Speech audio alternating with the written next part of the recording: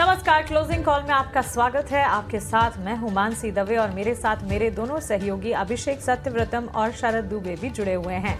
बाजार में आज दिन की शुरुआत ही एक बड़े ऐलान, एक बड़े अनाउंसमेंट के साथ हुई, जिसका रिफ्लेक्शन मार्केट पर देखने को मिला।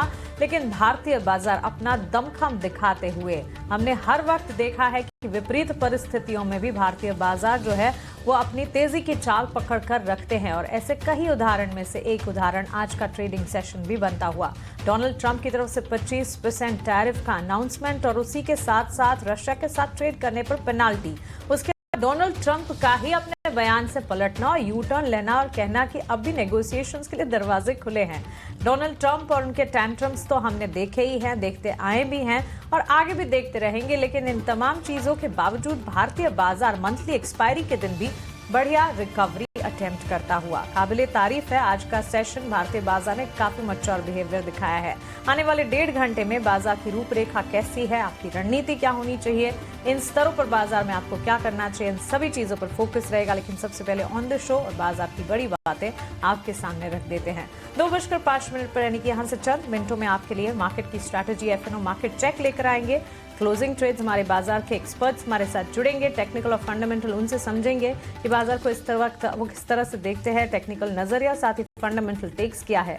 2:40 पर ऑप्शन के चैंपियन होंगे, जहां ऑप्शन की दमदार रणनीति आपके लिए हम लेकर आएंगे। साथ साथ 3 बजे मार्केट एट 3 एक्सचेंजेस पर जो खबरें आ रही है वो सब आपके सामने लेकर आएंगे। बीटीएसटी एसटीबीटी ट्रेड्स भी लेने की कोशिश होगी 3:10 पर। साथ साथ cues and events to watch लगातार आपके सामने हम रख रहे हैं, क्योंकि इकोनॉमिक इंडिकेटिव एक्शन, बाजार में ढेर सारे इवेंट्स और ट्रिगर्स हैं जिन्हें हमें वॉच आउट करना है, तो उस पर भी नजर रहेगी।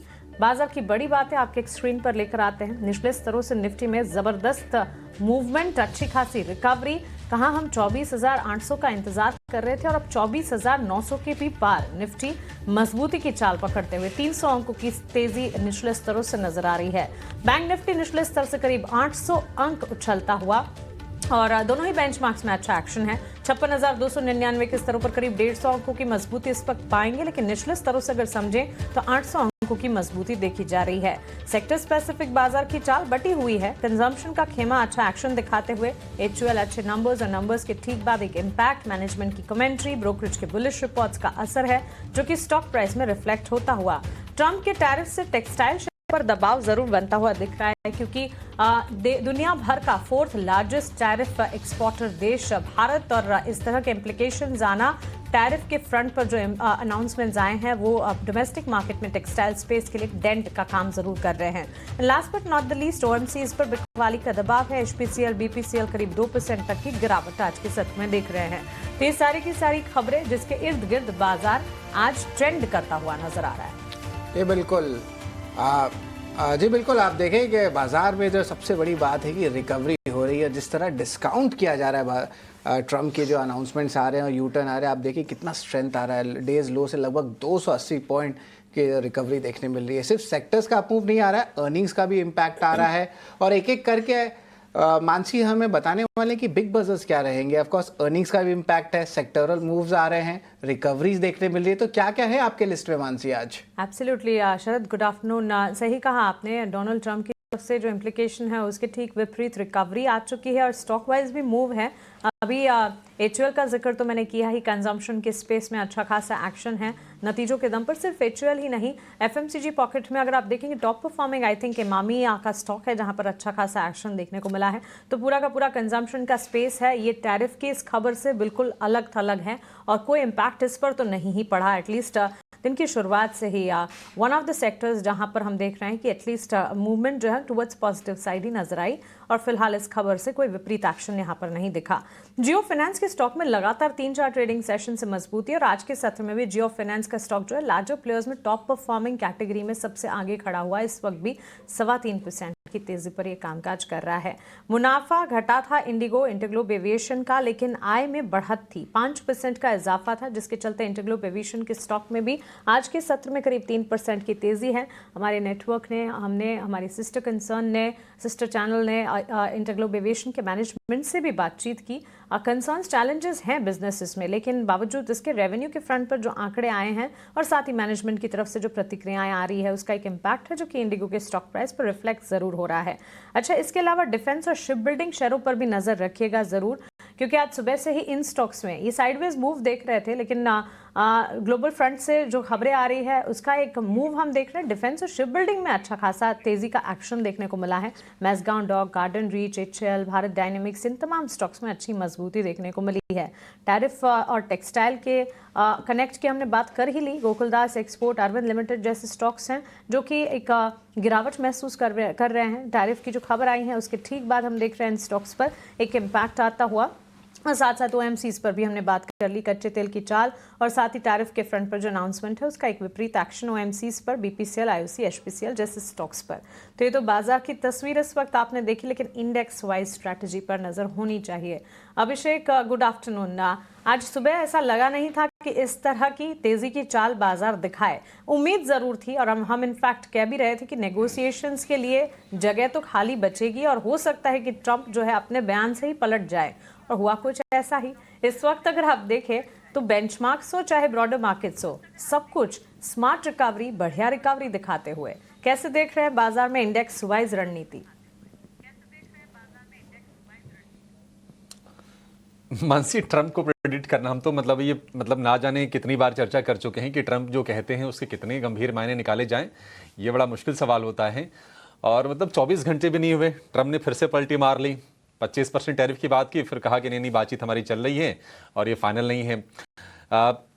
मतलब ठीक है, नियर टर्म में थोड़ी अनिश्चितता थी, वो एक हैंगओवर था, वो खत्म हुई गई। और ये भी पता चल गया कि नहीं, बाजार ना मतलब थोड़ा मैच्योर हो गया है, बाजार अब इन चीज़ों से आगे बढ़ने का इंटेंट दिखा रहा है। कि जो गिरावट आई भी ना शुरुआत में उनके दूसरे वाले बयान से पहले, वो कोई बहुत ज़्यादा सीवियर थी नहीं। तो एक अच्छी चीज़ आज हमने देखी। हालांकि आज बाजार को सपोर्ट करने के लिए एक फैक्टर ये भी था कि वायदा बाजार की एक्सपायरी है जुलाई सीरीज की, तो शॉर्ट कवरिंग का भी बाजार को सपोर्ट मिल रहा है। ग्लोबली भी संकेत ठीक ठाक थे।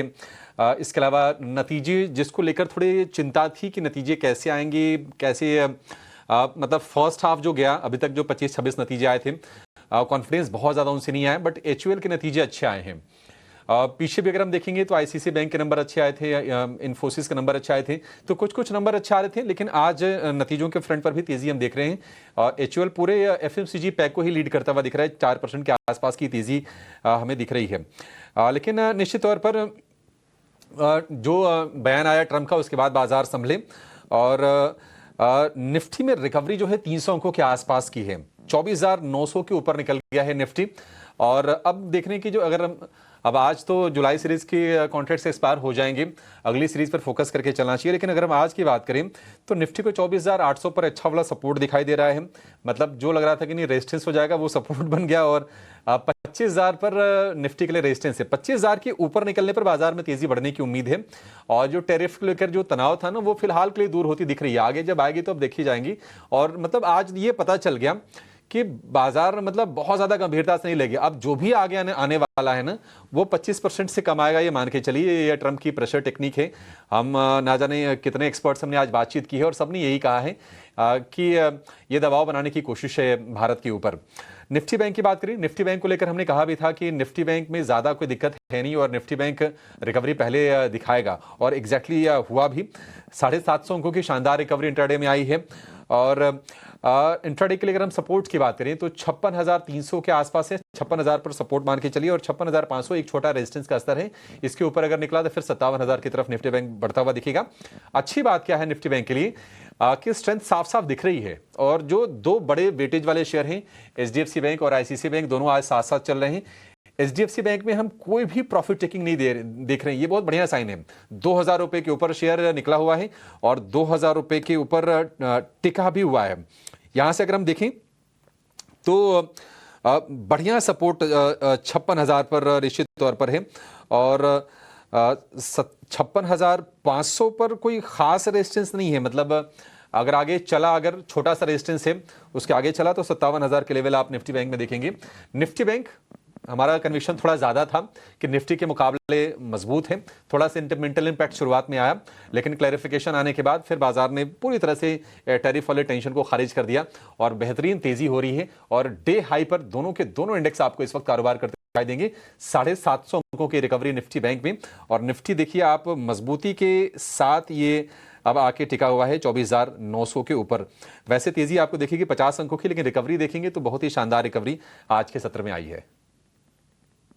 रिकवरी तो शानदार थी, लेकिन मार्केट्स खुलने के पहले आपने जो है दर्शकों को बहुत अहम बात बताई थी कि पहले आधा घंटा या 40 मिनट जो है ट्रेड ना ले, वॉलेटिलिटी देखने मिली, लेकिन फिर देखिए बाय ऑन डिप्स की रणनीति भी थी अगर अच्छे क्वालिटी काउंटर्स लेते, और यही हुआ। और यही हमारा स्टांस भी था 18 स्वदेश पे कि अभी जो ट्रंप जो बात कर रहे हैं कभी कभी उनको सीरियसली लिया नहीं जा सकता, और वो खुद भी अपने आप को कभी कभी सीरियसली नहीं लेते हैं।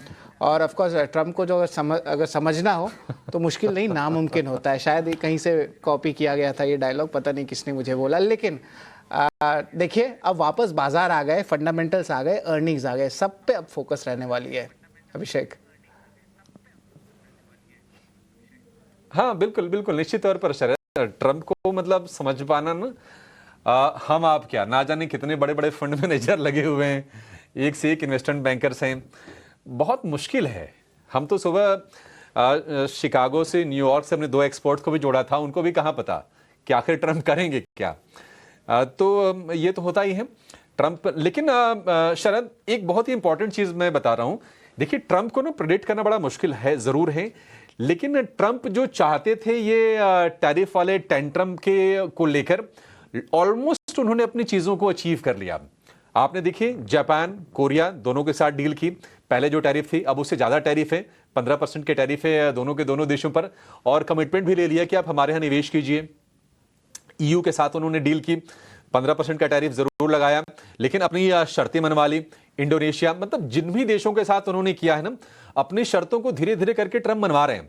हमारे यहां जो 2-3 चीजों पर जो मुद्दा फंसा हुआ है ना, वो बड़ी संवेदनशील है, उस पर सरकार शायद झुकेगी भी नहीं। तो ट्रंप और भारत के जो प्रतिनिधि है वो मिलके कोई बीच का रास्ता निकालेंगे। यहां से टैरिफ मुझे लगता है निश्चित तौर पर आगे जाके थोड़ा सा कम होता हुआ नजर आएगा। मे भी ये होगा कि नहीं, जैसा कि अनुराग सिंह सोबत है वो कह रहे थे कि नहीं, ट्रंप फिर ये कहे कि ठीक है आप बोइंग के प्लेन्स खरीदिए, हमारे यहां से हथियार खरीदिए, या फिर ऑयल एंड गैस की परचेज हमारे यहां से बढ़ाइए। उन चीजों पर हो सकता है सहमति बने। तो ये ट्रेड का जो इम्बैलेंस है ना, करीब $40 बिलियन का भारत और अमेरिका के बीच में, जिसकी बार बार ट्रंप जिक्र करते हैं, इसको ब्रिज करने को लेकर कोई मैकेनिज्म बने। भले ही भारत अपने ये एग्री डेयरी को लेकर झुके ना, मुझे लगता नहीं कि भारत झुकेगा भी, बार बार सरकार कह भी रही कि हम हितों से समझौता करेंगे नहीं, लेकिन कुछ ना कुछ तो मैकेनिज्म बनेगा कि वो जो गैप है $40 बिलियन का, उसको ब्रिज किया जाए। देखते हैं आगे क्या होता है। तो ट्रंप ने अपनी काफी शर्तें तमाम देशों से मनवाई है, तो मुझे लगता है कि ट्रंप तो एक विनिंग साइड पर ही बैठे हुए हैं। ये जरूर किया इन्होंने, 6-7 महीने इस प्रक्रिया में पूरे लगे हैं। ये फरवरी मार्च से बातचीत की शुरुआत हुई और अब जुलाई अगस्त में आ गए हैं।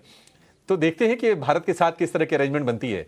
लेकिन चलिए अपने एक्सपर्ट्स के पास चलते हैं, उनसे समझते हैं कि बाजार में फिलहाल आपकी रणनीति क्या होनी चाहिए। एंजल वन के ओशो कृष्ण हमारे साथ जुड़ गए हैं, और विवेक कारवा भी हमारे साथ हैं, वृद्धि इन्वेस्टमेंट के, जो कि फंडामेंटली आपको गाइड करते हैं। ओशो, शुरुआत आपसे करेंगे। बहुत शुक्रिया आप दोनों का। ओशो, मार्केट को लेकर आपका व्यू क्या है? क्योंकि आज हम देख रहे हैं कि बाजार को जैसे जैसे एक्सपायरी के नजदीक है, थोड़ा शॉर्ट कवरिंग का सपोर्ट तो मिला निश्चित तौर पर। 24,900 के ऊपर निफ्टी आ गया है। तेजी यहां से आप कंटिन्यू होते हुए देख रहे हैं? Very good afternoon Abhishek ji and सभी पैनलिस्ट मेंबर को। ओवरऑल आज का मार्केट थोड़ा सा ज्यादा अनप्रेडिक्टेबल या सरप्राइजिंग बोल सकते हैं, बिकॉज ओवरऑल सेंटिमेंट्स काफी नेगेटिव थे। बट अगेन, जैसा आप शुरू से ही बोल रहे हैं कि ट्रंप के बयान को एंड रिपीटेटिवली चेंज करते हुए बयान को मार्केट भी सरप्राइजिंग वे में लिया, एंड लोअर लेवल से काफी स्ट्रॉन्ग रिकवरी आई है, एंड हायर लेवल्स पे जितने भी रेजिस्टेंस थे वहां पे मार्केट कहीं पे भी रुकावट का फेस नहीं किया, एंड हायर लेवल्स पे बिल्कुल स्ट्रांगली निकलते जा रहा है।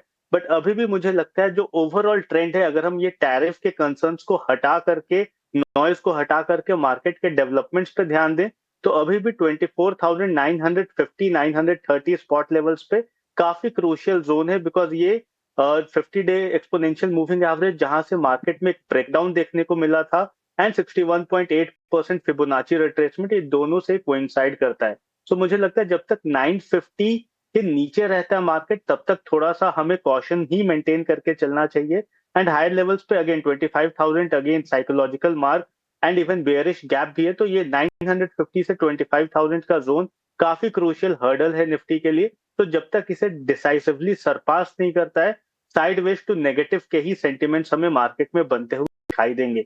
सो आज का ओवरऑल व्यू, आज का यू टर्न काफी स्ट्रांग रहा है एंड बहुत सारे अपॉर्चुनिटीज भी हमें इस मार्केट में मिले आज के दिन स्पेसिफिकली। बट ओवरऑल अभी भी कॉशन का ही सिग्नल है एंड अभी भी हमें थोड़ा सा साइडवेज मोमेंटम में ही प्ले करना चाहिए। ओशो, रैशनल अप्रोच आपकी तरफ से मिलता हुआ, और ये अप्रोच बहुत ज़रूरी है हमारे मार्केट पार्टिसिपेंट्स के लिए जानना भी।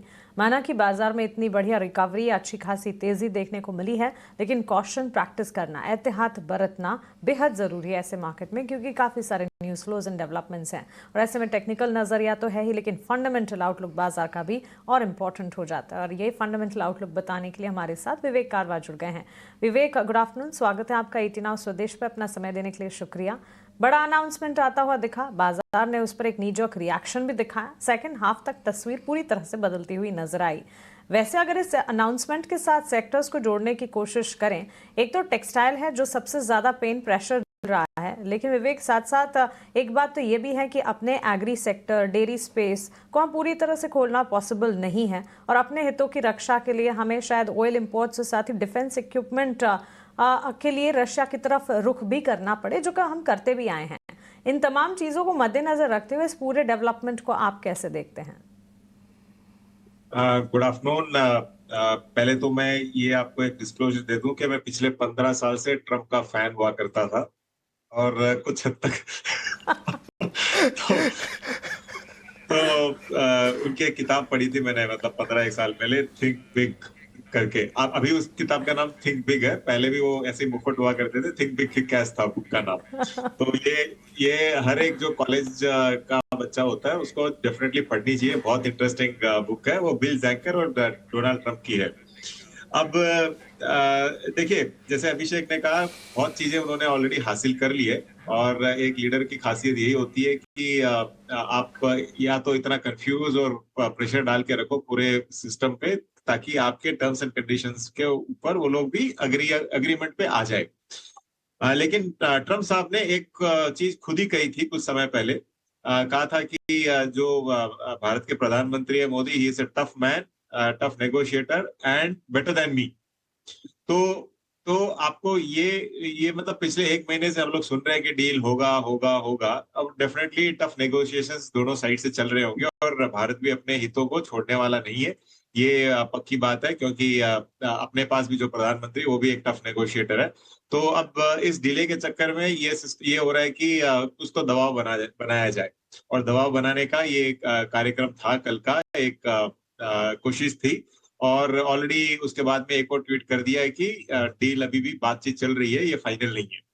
तो और जापान का भी आपके पास उदाहरण है, जहां पे 40 या 50% टैरिफ पहले अनाउंस किया था, और जब डील हुई वो खाली 15% पे आके सेटल हुई। तो जब यूएस की टीम आएगी इंडिया, और इंडियन टीम और यूएस टीम बैठ के बातचीत करेगी, मुझे लगता है कि कहीं ना कहीं हम लोग भी 15 और 20% के बीच में सेटल होंगे। दूसरी चीज जो बहुत इंपॉर्टेंट है, कई लोग बोल रहे हैं कि भारत का टैरिफ दूसरे देशों से ज्यादा है। देखिए, ऐसा है कि भारत बहुत बड़ा विशाल कंट्री है, मोस्ट पॉपुलेटेड मार्केट है वर्ल्ड का। उसको आप लोग कोई दूसरे कंट्री को अगर थोड़ा बहुत ज्यादा बेनिफिट भी मिला है तो, लेकिन वो बहुत छोटा है, मतलब आप रिलेटिव कंपैरिजन नहीं कर सकते दोनों में।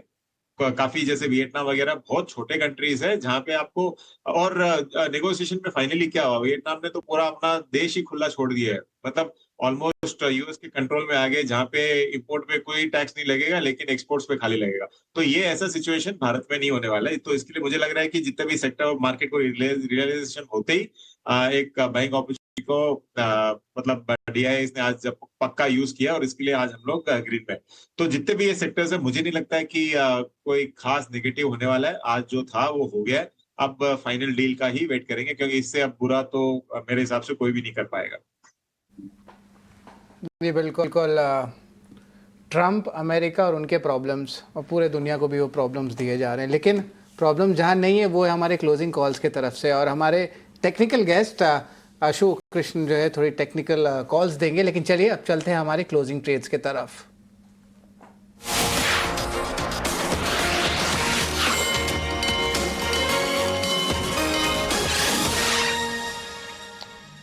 तो ओशो जरा बताएं क्या रहेंगे टेक्निकल पिक्स आज आपके? मार्केट्स तो रिकवरी मोड में है। यस शरद, आज के मार्केट में भी ऑल्दो मतलब मुझे पॉजिटिव ही डेवलपमेंट्स देखने को मिल रहे हैं। सो दो बाई का ही रिकमेंडेशन है। सबसे पहले एफएमसीजी स्पेस में मुझे लगता है कि काफी अच्छा ट्रैक्शन बन रहा है, वापस से ट्रैक्शन बन रहा है। एंड इसमें अगर हम देखें, मैरिको एक प्रेफर्ड पिक रहेगा करंट लेवल्स पे, बिकॉज मैरिको में पिछले 3 दिन में एक अच्छा ट्रैक्शन मिला है एंड काफी क्रूशियल सपोर्ट लेवल से 100 डे एक्सपोनेंशियल मूविंग एवरेज से। तो मुझे लगता है यहाँ पे एक स्ट्रॉन्ग कंटिन्यूएशन पैटर्न बनते हुए दिखाई दे रहा है। तो मैरिको पे करंट लेवल्स पे खरीदारी की राय है। 695 का स्टॉप लॉस लगाना है एंड अप्रोक्सीमेटली 735 का शॉर्ट टर्म टारगेट इस काउंटर में है। बट अगेन ये काउंटर में कल एक इवेंट है, एक्स डेट है 7 रुपीज के डिविडेंड का, तो उसके अकॉर्डिंग्स में अपने टारगेट्स एंड स्टॉप लॉस को ऑल्टर करने की सलाह बनेगी।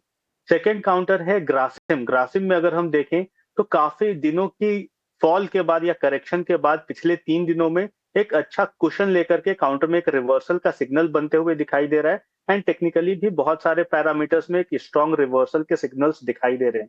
तो ग्रासिम में करंट लेवल्स पे बाई करने की सलाह बन रही है। 2710 का प्लस मेंटेन करना है एंड अप्रोक्सीमेटली 2820 का टारगेट हमें शॉर्ट टर्म में देखने को मिल सकता है।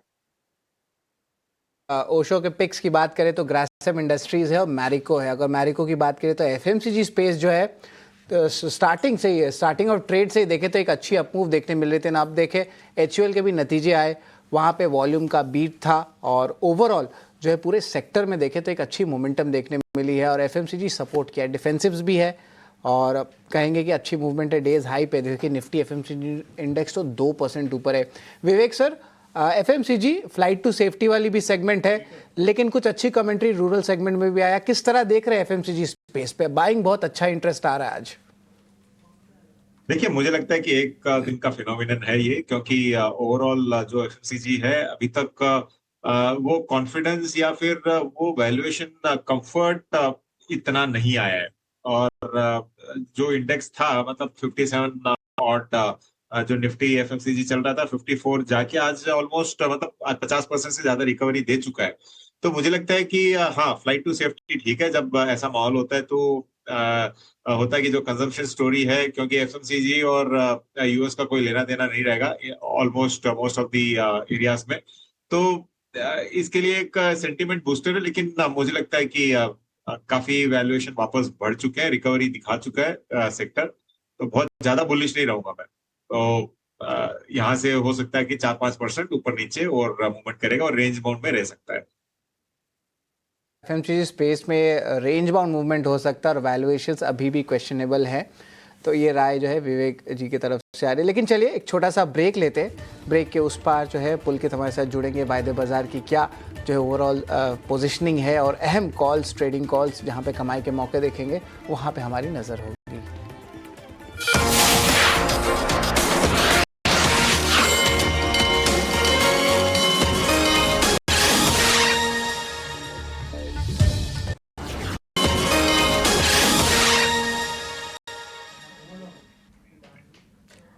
ब्रेक के बाद स्वागत है आपका। आप देख रहे हैं क्लोजिंग कॉल और सीधा आपको बिग एक्शन वाले स्टॉक्स बताते हैं। बताने के लिए सृष्टि शर्मा हमारी सहयोगी जुड़ गई है।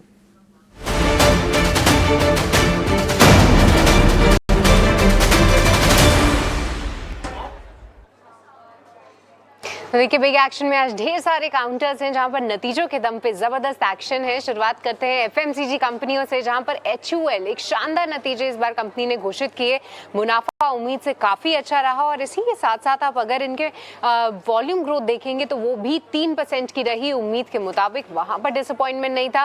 कंपनी ने अपने मार्जिन गाइडेंस को होल्ड किया और साथ ही साथ आने वाले समय में ग्रॉस मार्जिन इंप्रूवमेंट होगी, इस बात की भी उन्होंने आश्वासन दिया। और साथ ही इसके चलते आप देखिए स्टॉक में एक जबरदस्त तेजी। पर इसी के साथ दूसरी एफएमसीजी कंपनी इमामी, वो भी कोई पीछे नहीं है, क्योंकि यहाँ पर भी नतीजे काफी अच्छे आए हैं। मार्जिन हल्की बढ़त रही है, हालांकि आय जो है वो सपाट रही है, पर मार्केट्स को ये नंबर्स काफी पसंद आ रहे हैं, उम्मीद से बेहतर। और आप देखिए लगभग 7.5% का उछाल आज आप इमामी के काउंटर में देख रहे हैं।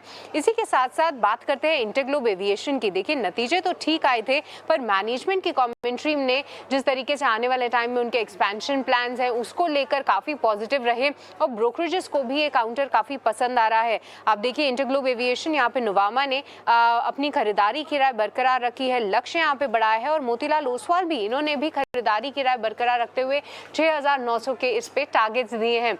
इसके अलावा टीवीएस मोटर्स, यहाँ पर भी नतीजे अच्छे आए थे, और सबसे बेहतर नतीजों में इनके मार्जिन रहे थे, क्योंकि लगातार हम देख रहे थे कि टीवीएस मोटर्स 12% से ज्यादा के मार्जिन दिखा रहा था। ऐसे माहौल में भी जहां पर इनके वॉल्यूम्स में थोड़ा बहुत ऊपर नीचे जरूर होता है, पर मार्जिन टीवीएस मोटर्स के इस बार 12.5% पे आए, जो कि अच्छे थे, और इसीलिए ऐसे बाजार में भी हम इस स्टॉक में एक अच्छा एक्शन देख रहे हैं। अभी सन फार्मा के भी नंबर्स आए, हालांकि हम देख रहे हैं कि प्रॉफिट जो है वो उम्मीद से थोड़ा सा कम है, पर आय के मामले में कंपनी ने एक बीट दिया है। समझने की कोशिश करेंगे क्या है इसके पीछे की वजह, क्या कोई एक वन ऑफ एडजस्टमेंट्स है। पर जी हाँ, सन फार्मा में भी एक्शन है, कुछ समय वेट करिए। मैनेजमेंट की कमेंट्री से भी समझ आता है कि किस तरीके से जो है आने वाले टाइम में कंपनी यूएस के कारोबार का ग्रोथ आउटलुक देख रही है। तो ये तमाम काउंटर्स जहां पर आज हम बिग एक्शन देख रहे हैं। ठीक है सृष्टि, बहुत शुक्रिया ये सारे के सारे अपडेट बताने के लिए। लेकिन सीधे चलेंगे सन फार्मा के नतीजों की तरफ, क्योंकि मुनाफा जो आया है अनुमान से काफ़ी कमाया है, लगभग 800 करोड़ रुपए कमाए हैं।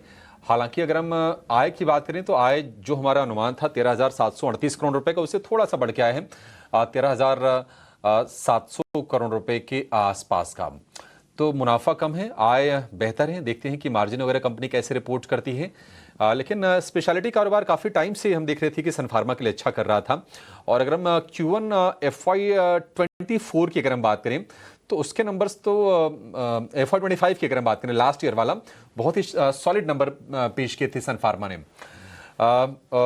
ठीक है, थोड़ा शेयर नीचे आ रहा है, 1727 रुपए के आसपास का भाव है। विवेक जी, आपसे व्यू जानना चाहेंगे सन फार्मा कैसे देख रहे हैं आप नंबर्स को? देखिए ऑन द क्या बोलते हैं अपफ्रंट देखो तो थोड़ा सा ठीक ठाक है, और लग रहा है कि मार्केट एक्सपेक्टेशन से ये अभी भी नीचे है। और जो स्टॉक का वैल्यूएशन और जो फार्मा के ऊपर ये टैरिफ के बादल है, इसके कारण भी थोड़ा सा प्रेशर आपको स्टॉक पे दिख सकता है।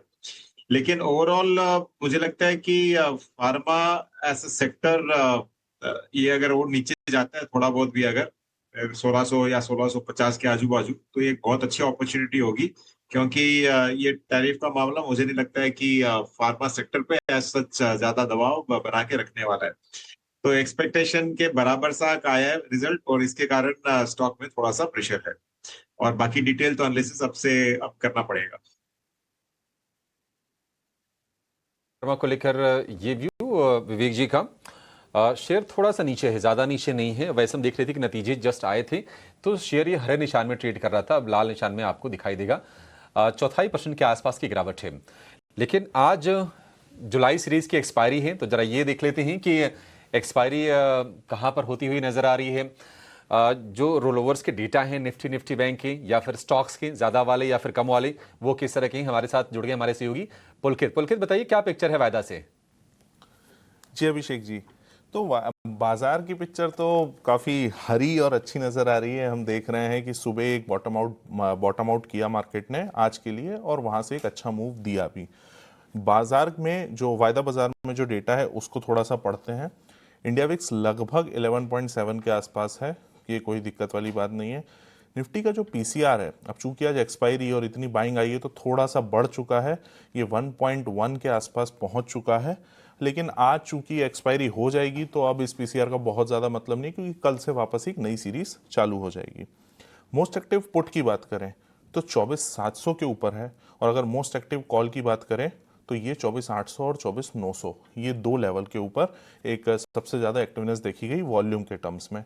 वहीं अगर मैं इनके ट्रेंड की बात करूं तो जो मोस्ट एक्टिव पुट थी वहां पर थोड़ी पुट राइटिंग देखी जा रही है, मतलब उसको एक सपोर्ट बनाने की कोशिश की जा रही है। वहीं अगर मैं 24,800 और 24,900 को बात करूं तो वहां पे थोड़ी सी कॉल राइटिंग देखी जा रही है, क्योंकि अभी वहां पे थोड़ा सा एक प्रेशर हमको साफ दिख भी रहा है कि जैसे ही 24,950 मार्केट पहुंचा वहां से नीचे आ गया।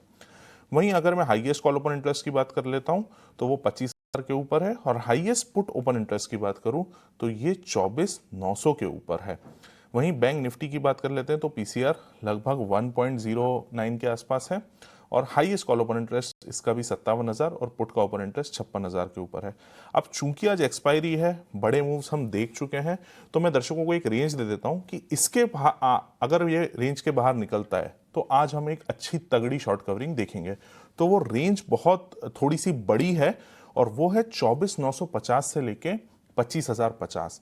अगर ये आज 3 बजे के पहले पहले इस रेंज के बाहर मार्केट निकला, यानी कि 25,050 के ऊपर निकला, तो एक तगड़ी शॉर्ट कवरिंग आज हम देखेंगे। लेकिन अगर ये इसके नीचे ही रहता है तो बहुत ज़्यादा हम बड़ा मूव अब इसके बाद नहीं देख पाएंगे। नीचे सपोर्ट ज़रूर है, तो 24,800 24,750 इसके नीचे आज मार्केट बंद होता नहीं दिख रहा है। तो अभिषेक जी, ये था एक रेंज और एक ये था डेटा। दर्शक जैसे ही जिस हिसाब से भी अगर मार्केट ऊपर निकलता है तो they can take their call, और उसके बाद एक बड़ा मूव हम देख सकते हैं।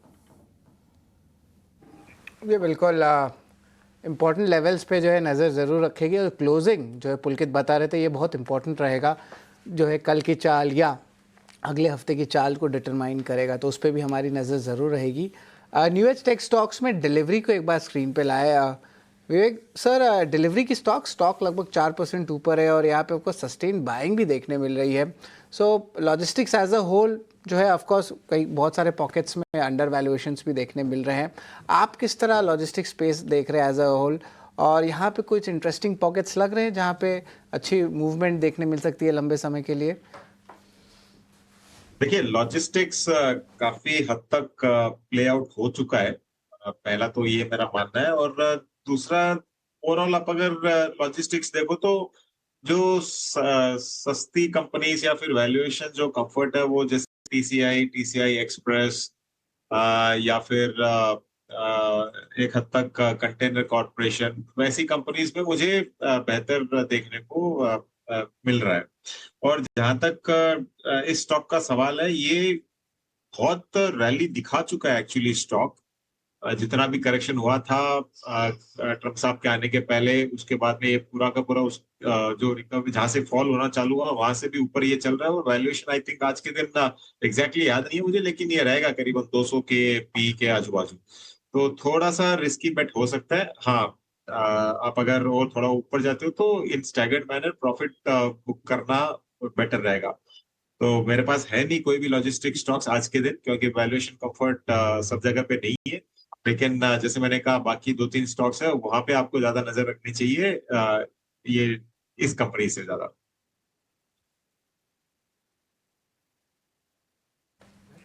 जी बिल्कुल, यहाँ पे ऑफकोर्स लॉजिस्टिक स्पेस में देखिए तो रनअप जो है बहुत देखने मिल रही है, और धीरे धीरे करके जो है ऑफकोर्स एफएमसीजी स्पेस में हमने बाइंग देखी। यहाँ पे देखें तो फार्मा स्पेस में भी जो है एक टाइप से रिकवरी आ रही है। ऑफकोर्स देखा था कि दिन के शुरुआत में फार्मा में प्रेशर आ रहा था, और हमने पहले ही आपको बताया था कि ये टैरिफ इम्पोजिशन में फार्मा को कोई इम्पैक्ट नहीं होने वाला है, क्योंकि इनकी अलग से जो एग्जेम्पशन लिस्ट है, और जब भी अनाउंस ट्रम्प करते हैं अगले 12 से 18 महीने में बोले करेंगे, तब जो है इम्पैक्ट देखने मिलेगा। और इतना आसान भी नहीं है कि आप फार्मा के इकोसिस्टम को जो यूएस में है उसको आप अप्रूव कर दे या उसको थ्रेटन करें। लेकिन आज देखिए लॉरस लैब्स एक अच्छी अपमूव देखने मिल रही है। यहाँ पे जो है देखेंगे तो स्टॉक्स है टोरेंट फार्मा पे, माफ़ करिएगा, यहाँ पे देखिए अच्छी मूव देखने मिल रही है, और रिकवरी भी निफ्टी फार्मा इंडेक्स कर रहे हैं। ग्लैंड फार्मा में भी जो हरे निशान में आ गई है। विवेक जी, फार्मा एज अ होल, थोड़ी देर पहले हम लोग सन फार्मा की भी डिस्कशन कर रहे थे, मुझे आपसे जानना है डोमेस्टिक फार्मा, और अब क्या है डेफिनेशन बड़ा हो गया, उसको अब मेडिकल केयर कहते हैं, हॉस्पिटल्स आ गया, डायग्नोस्टिक्स आ गया, कुछ जो डोमेस्टिक फेसिंग फार्मा प्लेयर्स है वो आ गए। तो इस थीम पे डोमेस्टिक फेसिंग ही हेल्थ केयर पे भारत का बहुत बड़ा इकोसिस्टम है, इस पे आपकी क्या राय रहेगी, और कौन से सेक्टर्स जो है वैल्यू ऑफर कर रहे हैं अभी? फार्मा में जो ज्यादा कुछ कंपनीज है सिप्ला टाइप्स, जहाँ पे करीबन if I am not wrong करीबन 38% उनका एक्सपोजर यूएस की तरफ है। और कुछ कंपनीज ग्लेनमार्क टाइप्स अगर मुझे नंबर सही याद है तो करीबन 40-45% एक्सपोजर यूएस की तरफ रहेगा। तो ये जो कुछ लार्ज कंपनीज है फार्मा में, उनके ऊपर ज्यादा नेगेटिव इफेक्ट देखने को मिल सकता है अगर फार्मा पे ज्यादा टैरिफ आता है तो। लेकिन यूएस में भी कोई एक सेक्शन है 132 और समथिंग, जहाँ पे क्योंकि ये लाइफ सेविंग ड्रग्स है, ये चीजें हो सकता है कि यूएस एग्जम्प्ट कर दे अगर कोई टैरिफ लगता भी है। तो ये आपको वेट करके देखना पड़ेगा कि ओवरऑल फार्मा पे पूरा स्ट्राइक होगा या फिर कुछ कंपनीज ही इफेक्ट होने वाली है। और जहां तक कंपनीज जिनका ज्यादातर मैन्युफैक्चरिंग वगैरह यूएस में है, उनको तो इफेक्ट होना नहीं है। और जैसे आपने कहा, हेल्थ केयर बिजनेस पे मैं काफी बुलिश हूँ इंडिया में। और आप मान के चलो, मतलब आज हम लोग बात कर रहे हैं, आज से 5 साल बाद वापस बात करेंगे, जहाँ पे आपको एक मेडिकल टूरिज्म हब इंडिया बन के आपको उभर के दिखते हुए आएगा। क्योंकि जो जो आज मेडिकल जो भी ट्रीटमेंट्स होते हैं, आप अगर वेस्टर्न कंट्रीज में जाओ तो बहुत ही महंगे, जहाँ पे आपको 4-5 लाख रुपया खर्चा करना पड़ता है, वो इंडिया में आज भी आपको 50-60 हजार में हो जाता है। मैं नी रिप्लेसमेंट की बात कर रहा हूँ। तो इसके कारण मुझे लगता है कि अगले 3 से लेके 5 साल में बहुत बड़ा सेगमेंट होगा यहाँ पे, जो मेडिकल टूरिज्म रूप में उभर के आने वाला है। और जो हॉस्पिटल्स, डायग्नोस्टिक्स और ओवरऑल फार्मा इंडस्ट्री भी यहाँ से बहुत अच्छा बेनिफिट करेगी। तो आपको अगर सही में निवेश करना है तो मेरे हिसाब से हेल्थ केयर सर्विसेज जितने भी म्यूचुअल फंड्स वगैरह है, क्योंकि आपको पूरा बुके मिल जाएगा, वहाँ पे आपको डेफिनेटली लॉन्ग टर्म मतलब एटलीस्ट 5 से 7 साल के लिए आपको निवेश करना चाहिए।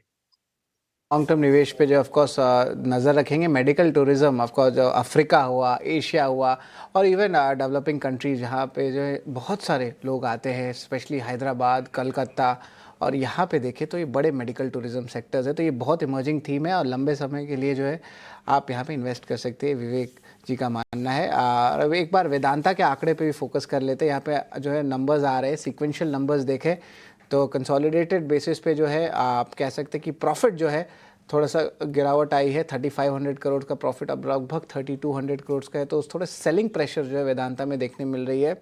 हालांकि याद रखिए कंपनी एक डिविडेंड प्ले भी है, तो डिविडेंड कुछ अगर अनाउंसमेंट आता है तो उसकी भी अपडेट हम आपको बताते रहेंगे। बट नेट करेंटली जो है ओवरऑल पैट नंबर्स जो है थोड़े वीकर साइड में देखने मिल रहे हैं। एबिडा क्या आता है वो भी बहुत इंपॉर्टेंट रहने वाला है। लेकिन हाँ, इस बार मिले जुले संकेत जो है आपको मेटल स्पेस से देखने मिल रहा है, तो इस पर ऑफकोर्स हमारी नज़र ज़रूर रहेगी। आय की बात करें तो कंसोलिडेटेड आय यहाँ पे भी थोड़ी सी हल्की गिरावट आई है, 40,455 करोड़ से घट के 37,824 करोड़ तक आया है।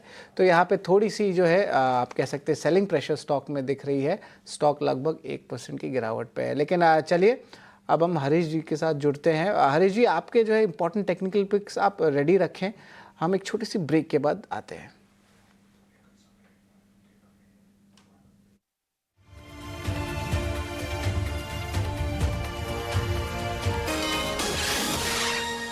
एक के बाद आपका फिर से स्वागत है क्लोजिंग कॉल में। बाजार में आज निचले स्तर से स्मार्ट रिकवरी और दोनों के दोनों इंडेक्स हम देख रहे हैं कि हरे निशान में कारोबार कर रहे हैं। हल्के से गेंस हालांकि है।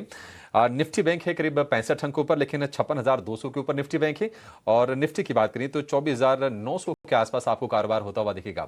हमारे एक्सपर्ट हमारे साथ जुड़े हुए हैं, विवेक अरवा हैं जो आपको फंडामेंटल व्यू दे रहे हैं बाजार को लेकर और शेयरों को लेकर, और हरीश जुजारे भी हमारे साथ जुड़ गए हैं। हरीश जी, गुड आफ्टरनून। बताइए आपके ट्रेडिंग पिक्स कौन से हैं, अभी के कहां पर मौके बन रहे हैं? गुड आफ्टरनून अभिषेक जी। अगर देखा है तो हमने इस मॉर्निंग के टैप डाउन ओपनिंग के साथ एक शानदार रिकवरी देखने मिला है पुल बैक में। तो मुझे लग रहा है कि निफ्टी फिर से एक बार रेजिस्टेंस जोन के आसपास आके रुक चुका है। तो अभी भी एकदम क्लियरिटी नहीं है कि स्टॉक इंडेक्स यहाँ से रिकवरी फर्दर हो सकता है या नहीं। तो मुझे लग रहा है कि फिलहाल के थोड़ा कॉशियस मैं मेंटेन करूंगा फिलहाल। तो मुझे लग रहा है कि और पोजीशन भी थोड़ा लाइट रखना चाहिए मेरे हिसाब से। और उसकी वजह से मेरा आज एक ही स्टॉक रहेगा और वो है डॉक्टर लाल पैथलैब्स में। देखिए, डॉक्टर लाल पैथलैब्स में अगर चार्ट स्ट्रक्चर की बात करते हैं, यहाँ पे क्लियरली एक राउंडिंग बॉटम का फॉर्मेशन बन चुका है और एक 61 डे 0.61 का रेजिस्टेंस जोन था फिबोनाची का, वो भी क्रॉस कर चुका है स्टॉक प्राइस। तो मुझे लगा कि यहाँ पे डॉक्टर लाल पैथ में एक बाइंग अपॉर्चुनिटी बन सकती है। और ऊपर मुझे लगा कि टारगेट 3,300 और 3,400 के करंट लेवल से बाई करना चाहिए और 3,000 का स्टॉप लॉस मेंटेन करना चाहिए लाल पैथलैब्स में। ठीक है, 3000 का स्टॉप लॉस डॉक्टर लाल पैथलैब के लिए 1% ऊपर फिलहाल आपको शेयर दिखेगा। लेकिन चोला इन्वेस्टमेंट के नतीजे आ गए हैं। चोलामंडलम इन्वेस्टमेंट, और ये मुनाफा 942 करोड़ रुपए से बढ़कर 1136 करोड़ रुपए। लेकिन जो इनकी एसेट क्वालिटी है उसमें हम देख रहे हैं कि उछाल है। ग्रॉस एनपीए करीब 4% से बढ़कर 4.25% के भी ऊपर निकलता हुआ दिख रहा है, और मुनाफे में बढ़त है 942 करोड़ रुपए से बढ़कर 1136 करोड़ रुपए। हालांकि नतीजों से पहले ये शेयर थोड़ा सा वीक रहा है। अगर आप महीने भर में देखेंगे तो करीब करीब 10% के आसपास की गिरावट इसमें आ चुकी है। और चोला इन्वेस्टमेंट को लेकर हमने देखा था कि कुछ टाइम पहले सीएलएसए की एक नेगेटिव रिपोर्ट भी आई थी, डाउनग्रेड भी किया था शेयर को, और थोड़ा सा वीकनेस हमने देखी है। देखते हैं कि आय के नंबर्स किस तरह के आते हैं, मार्जिन वगैरह के नंबर्स कैसे रिपोर्ट करते हैं, निम्स वगैरह के। लेकिन एसेट क्वालिटी बढ़ने के चलते हम देख रहे हैं कि शेयर पर प्रेशर है। 1.5% नीचे अभी भी ये शेयर कारोबार करता हुआ आपको दिखाई देगा। विवेक जी, चोला इन्वेस्टमेंट आप थोड़ा बेहतर बता पाएंगे, आपके इलाके से ही कंपनी है ये? बहुत शानदार कंपनी है अभिषेक ये, और मुझे लगता है कि इसने अगर आप एब्सोल्यूट लॉन्ग टर्म देखो तो स्लो एंड स्टडीली इन्वेस्टर्स को वेल्थ क्रिएट करके दिया है। अब क्या कंपनी करती है बोलने की जरूरत नहीं है, क्योंकि लगभग वेल्थ मैनेजमेंट सर्विसेज में ये सब कुछ काम करती है। और आज के दिन भी आप अगर इसका वैल्यूएशन वगैरह देखो तो, क्योंकि बहुत ज्यादा मार्केट फैंसी नहीं रहता है, इसके लिए वैल्यूएशन भी आपको ठीक ठाक रीजनेबल लेवल्स में कभी भी मिल जाता है। और आज भी अगर आप लेके थोड़ा समय देते हो इसको, absolute long term company, short term में आपको ज्यादा मूवमेंट नहीं दिखाएगी, तो लेते हो तो ये आपको आगे देने वाली है, पहली चीज। और दूसरी चीज जो मैंने स्टार्टिंग में बोला था कि ये जो ट्रेड वॉर वगैरह ये सब चलता है, इससे बैंकिंग एंड फाइनेंशियल सर्विसेज, और हमेशा मैं बुलिश रहा हूँ बैंकिंग एंड फाइनेंशियल सर्विसेज, कुछ महीनों से लगातार बोल रहा हूँ। और इस सेक्टर का कोई लेना देना नहीं है कि इंडिया और यूएस या यूएस और बाकी कंट्रीज क्या कर रहे हैं। ये जो सेक्टर है ये अपने बलबूते पे भारत के अंदर ही चलने वाला है, तो बहुत बढ़िया ये है।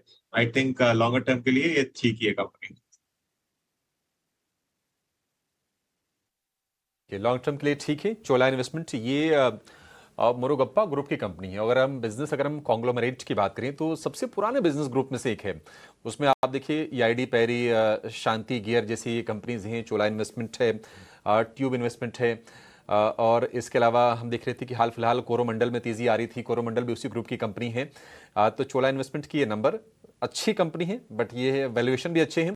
नंबर थोड़े से मतलब एसेट क्वालिटी के फ्रंट पर थोड़े से वीक आते हुए दिख रहे हैं, इसके चलते शेयर में हम रिकवरी देख नहीं रहे हैं। अदरवाइज प्रॉफिट के आंकड़े अच्छे आए हैं और एनआईआई भी इसकी बढ़ के आई है, यानी कि नेट इंटरेस्ट इनकम यानी कि ब्याज से आए। लेकिन आज बाजार की नजर मारुति सुजुकी के आंकड़ों पर भी है। मारुति सुजुकी से क्या उम्मीदें हैं, कैसे इसके नतीजे आएंगे, ये जरा समझ लेते हैं। सृष्टि हमारे साथ फिर से जुड़ रही हैं। सृष्टि, कैसी उम्मीदें हैं मारुति सुजुकी से? महिंद्रा के तो नंबर ठीक ठाक आए हैं।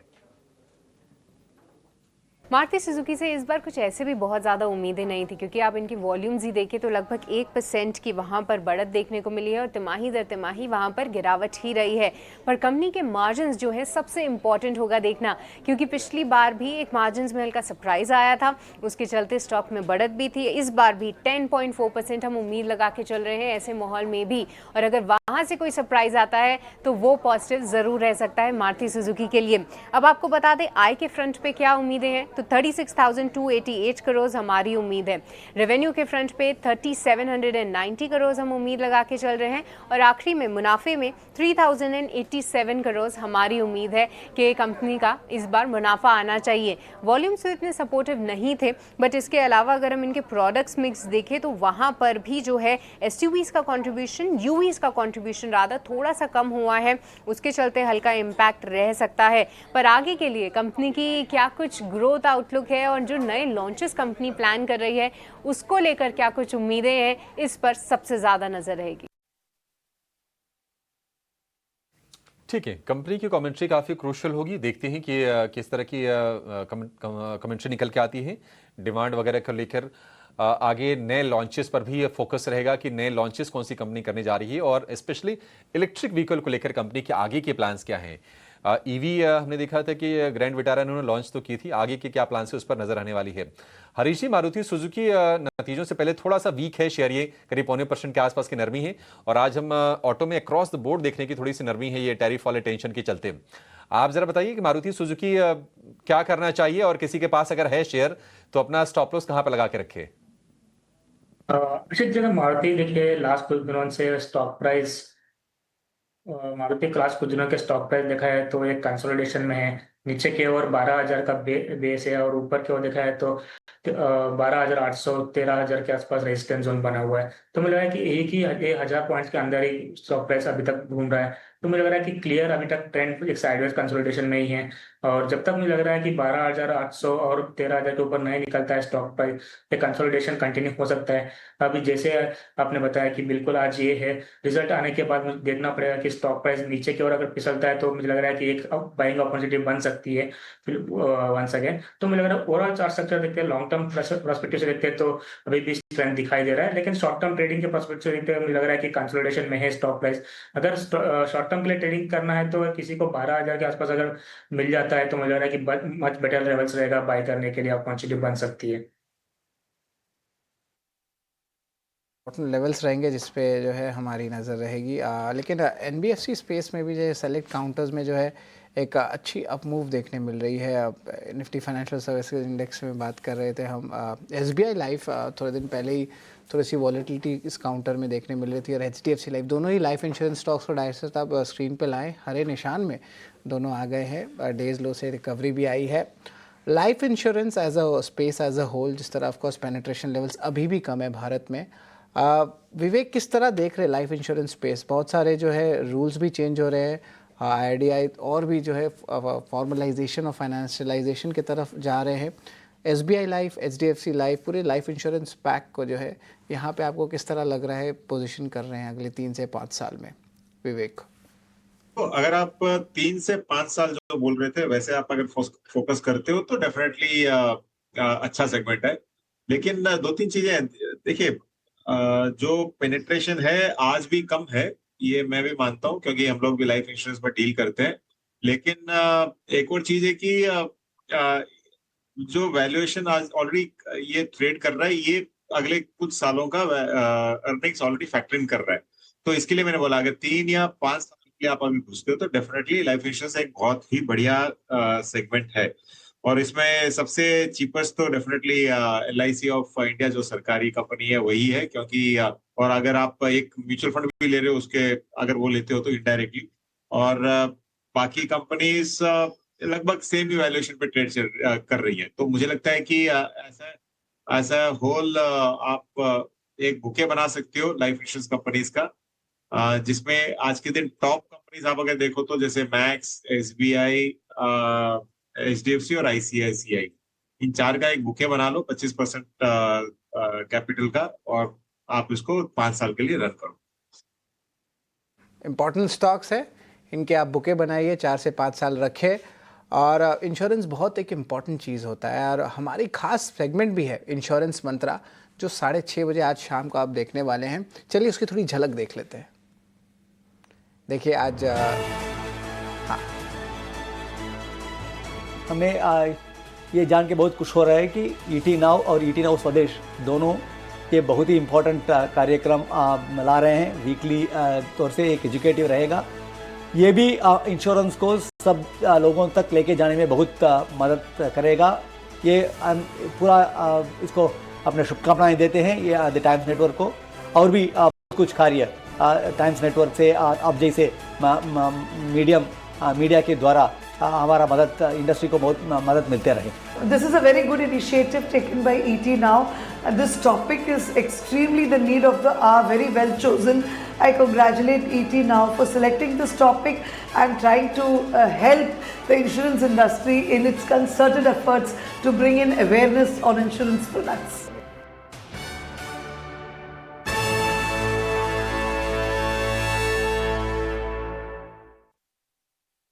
इंश्योरेंस के क्वेरीज और इंश्योरेंस में क्या नए ट्रेंड्स आ रहे हैं, क्या बड़े लोग आ रहे हैं, उसके लिए इंश्योरेंस मंत्रा ज़रूर जो है आप ट्यून इन करेंगे। लेकिन आप चलते हैं हमारे खास सेगमेंट में, ऑप्शंस के चैंपियन।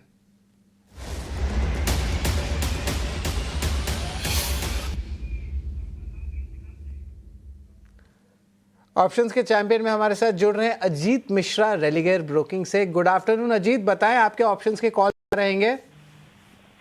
Good afternoon. तो देखिए, जिस तरीके से मार्केट में अभी भी असमंजस बना हुआ है कि मार्केट में रिकवरी आएगी या कंसोलिडेशन होगा या दोबारा प्रॉफिट टेकिंग होगा। तो इन सब के बीच में डिफेंसेस थोड़ा सा आपको अच्छा और कंसिस्टेंसी जहाँ पे दिख रही है परफॉर्म कर रहे हैं, चाहे वो हेल्थ केयर बास्केट हो गए चाहे वो फार्मा बास्केट हो गए। तो हेल्थ केयर बास्केट में से आपको अपोलो हॉस्पिटल, जिसने कि अभी हाल फिलहाल में एक नया रिकॉर्ड हाई बनाया था, एक मार्जिनल डिप देखा था इसने, और अपने शॉर्ट टर्म एवरेजेस के पास करीब 2-3 हफ्तों की कंसोलिडेशन के बाद अब यहाँ से लग रहा है कि ये नेक्स्ट लेग की तैयारी कर रहा है रिकवरी की। अपने रिकॉर्ड हाई के काफ़ी नज़दीक है, तो वो एक फर्दर एडेड पॉजिटिव है। तो ओवरऑल ये पॉजिटिव टोन कंटिन्यू होते हुए नजर आती है। तो अगस्त मंथ की 7500 वाली जो कॉल है उसको बाय करने की रिकमेंडेशन होगी। करीब प्राइस है उसका 222 का, एक 195 के स्टॉप लॉस के साथ उसको लॉन्ग करिए 275 तक के टारगेट्स के लिए, यहाँ पे कि मैक्सिमम लॉस का पॉसिबिलिटी है 3375 की, और प्रॉफिट पोटेंशियल है आपका 6625 का। Call almost risk to reward ratio 2:1 पे है। अपोलो हॉस्पिटल्स पे जो है 7500 की जो है कॉल खरीदारी की राय है, लक्ष्य 275 का, स्टॉप लॉस 195 का। धन्यवाद अजीत, आपने अपने ऑप्शंस के कॉल दिए, लेकिन याद रखें जब आप वायदे बाजार में ट्रेड करते हैं तो अपने वित्तीय सलाहकार से जानकारी ज़रूर लें। लेकिन चलिए एक छोटा सा ब्रेक लेते हैं। ब्रेक के उस पार जो है अहम कॉल्स रहेगा, मार्केट्स एट 3 रहेगी, कहाँ कौन से स्टॉक्स में एक्शन आ रहा है, क्या न्यूज़ फ्लो आ रहा है, और टेक्निकल पिक्स की चर्चा भी जारी रहेगी।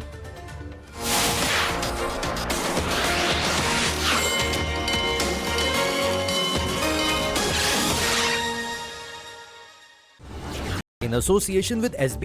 Welcome back. आप देख रहे हैं क्लोजिंग कॉल। 24,850 के नज़दीक ट्रेड करता हुआ निफ्टी या बाजार में रिकवरी अटेम्प्ट होती हुई और वो उसके बाद कुछ गेंस फिजल आउट भी फिलहाल होते हुए नजर आ रहे हैं। चलिए मार्केट एट 3 सेगमेंट का वक्त हो चला है। हमारे सहयोगी आनंद शुक्ला से जुड़ते हैं, उनसे समझते हैं एक्सचेंजेस पर ड्यूरिंग द सेशन कौन सी खबरें आई हैं।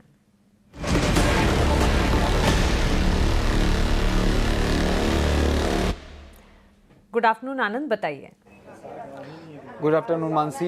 बाजार में आज उतार चढ़ाव देखने को मिला है, लेकिन आज एफएमसीजी शेयरों में तेज़ी देखने को मिली है। इमामी के नतीजे आए देखें 7% की अच्छी तेज़ी देखने को मिली है। HUL और गोदरेज कंज्यूमर की तरफ देखें तो 3 से 4% की तेज़ी इन दोनों शेयरों में देखने को मिल रही है। वॉल्यूम कहाँ ज़्यादा है, अरविंदो फार्मा का शेयर देखें दबाव देखने को मिल रहा है, लेकिन औसत से 6 गुना ज़्यादा वॉल्यूम यहाँ देखने को मिल रहा है। कैम्स का शेयर 4% की गिरावट पर कारोबार करता नज़र आ रहा है और वॉल्यूम जो है 4 गुना ज़्यादा यहाँ भी देखने को मिल रहा है। एस्ट्रेडियम का शेयर हरे निशान में कामकाज करता नज़र आ रहा है और 3 गुना ज़्यादा वॉल्यूम एस्ट्रेडियम के शेयर में भी देखने को मिल रहा है। साइड पर एक खबर है, जीनियर के साथ स्ट्रैटेजिक करार किया है कंपनी ने। जो करार है वो फील्ड सर्विस ट्रांसफॉर्मेशन के लिए कंपनी ने किया है। हालांकि शेयर में हल्की सी गिरावट दिख रही है, लेकिन रिकवरी करने की कोशिश। ठीक है, ये है सारी खबरें और इन खबरों पर फोकस भी करेंगे, लेकिन इस बीच मारुति सुजुकी के नतीजे आ रहे हैं। नंबर्स पर गौर करना बेहद जरूरी है। अनुमान से बेहतर नतीजे रेवेन्यू के फ्रंट पर तो इस वक्त नजर आ रहे हैं। एक आंकड़े जो हमारे सामने आ रहे हैं हम आप तक पहुंचाते जाएंगे। 3,712 करोड़ का मुनाफा कंपनी ने पोस्ट किया है, जबकि 3,087 करोड़ का अनुमान हम मानकर चल रहे थे। मुनाफे के फ्रंट पर 3,712 करोड़ के आंकड़े आते हुए देखने को मिले हैं। एक्सपेक्टेशन 3,087 करोड़ की थी। रेवेन्यू की अगर बात करें 36,288 करोड़ की आय का अनुमान हम मानकर चल रहे थे। 35,531 करोड़ की आय कंपनी ने इस वक्त पोस्ट की है। नंबर्स को एक बार फिर से चेक करना होगा। मुनाफे के फ्रंट पर तो हमारे अनुमान से बेहतर है नंबर्स, लेकिन हाँ वॉल्यूम्स की तर्ज पर किस तरह के फैक्टर्स एट प्ले हैं इस पर खास तौर से हमें नजर रखनी होगी। इसके साथ साथ 1.1% सालाना आधार पर हमने देखा था पिछले तिमाही वॉल्यूम्स में बढ़ोतरी देखने को मिली थी। इस वक्त आय का आंकड़ा जो है आपकी स्क्रीन पर आप देख रहे हैं 38,414 के लेवल्स पर कंपनी की आय जो है वो पोस्ट होती हुई दिखी है। अगर इन नंबर्स के हिसाब से चलते हैं तो फिर हमारे एक्सपेक्टेशन से कंपनी के रेवेन्यू के आंकड़े भी बेहतर हैं। सो मुनाफे के फ्रंट पर इजाफा है हमारी एक्सपेक्टेशन से ज़्यादा और कंपनी की आय भी जो है हमारे अनुमान के मुताबिक जो थी उससे और ज़्यादा बढ़कर आती हुई देखने को मिली है। इनफैक्ट पिछली तिमाही की अगर बात करें सालाना आधार पर भी अगर देखें एक्सपेक्टेशन यही थी कि रेवेन्यू के फ्रंट पर 2% की बढ़त देखने को मिलेगी। ये 2% से ज़्यादा की बढ़त नजर आ रही है और साथ ही मुनाफे के फ्रंट पर एक्सपेक्ट हम करके चल रहे थे कि शायद एक डेंट पड़ता हुआ दिखे, लेकिन मुनाफे का आंकड़ा जो है वो बढ़कर ही हमारे एक्सपेक्टेशन से आया है। हल्की एक्सपेक्टेशन की पिछले तिमाही की अगर बात करें 3,650 करोड़ का मुनाफा था, जहां इस वक्त 3,712 करोड़, यानी कि पिछले तिमाही के मुकाबले भी मुनाफे में बढ़ोतरी ही देखने को मिली है। On the face of it revenue और प्रॉफिट के फ्रंट पर नंबर्स अच्छे हैं और इसका रिफ्लेक्शन स्टॉक प्राइस में भी करीब आधे % की बढ़त के साथ इस वक्त कामकाज देखने को मिल रहा है। कंपनी की मैनेजमेंट की कमेंट्री क्या आती है, मार्जिन्स के फ्रंट पर क्या कुछ निकल कर आता है, एक्सपोर्ट मिक्स में कितना इंप्रूवमेंट आता है, ये सारी चीज़ों पर खास तौर से नज़र रखनी होगी। साथ ही न्यू प्रोडक्ट टाइमलाइंस और डिमांड आउटलुक पर भी खास तौर से फोकस हम करेंगे। गाइडेंस पिछले बार जो कंपनी के मैनेजमेंट की तरफ से आया था उसको अगर ध्यान में रखें तो वॉल्यूम में एक्सपेक्टेशन ग्रोथ की थी और ग्रोथ देखने को मिली थी। ये एक्सपेक्टेशन और इनफैक्ट इस वक्त के वॉल्यूम्स के सस्टेन होते हैं नहीं, इस पर खास तौर से नजर रखेंगे। एक्सपोर्ट वॉल्यूम की यहाँ पर बात हो रही है और इसके अलावा केपेक्स के फ्रंट पर वित्त वर्ष 2026 के लिए एक्सपेक्टेशंस हैं 8,000 से 9,000 करोड़ की केपेक्स की, तो इस पर भी खास तौर से नजर रखनी होगी। जब मैनेजमेंट की कमेंट्री, फाइन प्रिंट्स और प्रेजेंटेशन सामने आएंगे तो ये तस्वीर भी बिल्कुल साफ होती हुई नजर आएगी। लेकिन इस वक्त मारुति सुजुकी नंबर्स पर रिएक्ट करता हुआ एटलीस्ट हमारे एक्सपेक्टेशन से नतीजे जो हैं और बेहतर आते हुए, एक्सपेक्टेशन को बीट करते हुए, इसी के चलते 12,654 के लेवल्स पर हरीश एक टेक मारुति सुजुकी पर आपसे जानना चाहेंगे।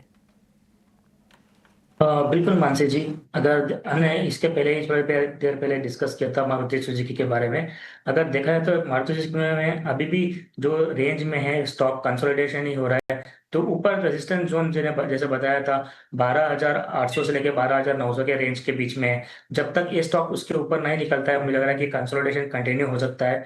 देखिए रिजल्ट आने के बावजूद भी स्टॉक प्राइस थोड़ा बहुत ऊपर की ओर खींचा था, लेकिन वहां से फिजल आउट होते हुए दिखाई दे रहा है। तो मुझे लग रहा है कि इसका resistance zone, stiff resistance zone बन चुका है यहाँ पे 12,800 से 12,900। जब तक इसके ऊपर नहीं निकलता है मुझे लग रहा है कि कंसोलिडेशन कंटिन्यू हो सकता है। लेकिन ओवरऑल चार्ट स्ट्रक्चर मुझे लग रहा है कि तेजी का ही है, लेकिन फिलहाल के लिए टाइम पीरियड कंसोलिडेशन कंटिन्यू हो सकता है। 12,900 के ऊपर में बिल्कुल बाय करने की राय रहेगी। अब तब तक के लिए मैं अवॉइड करना होगा स्टॉक में बाइंग के लिए।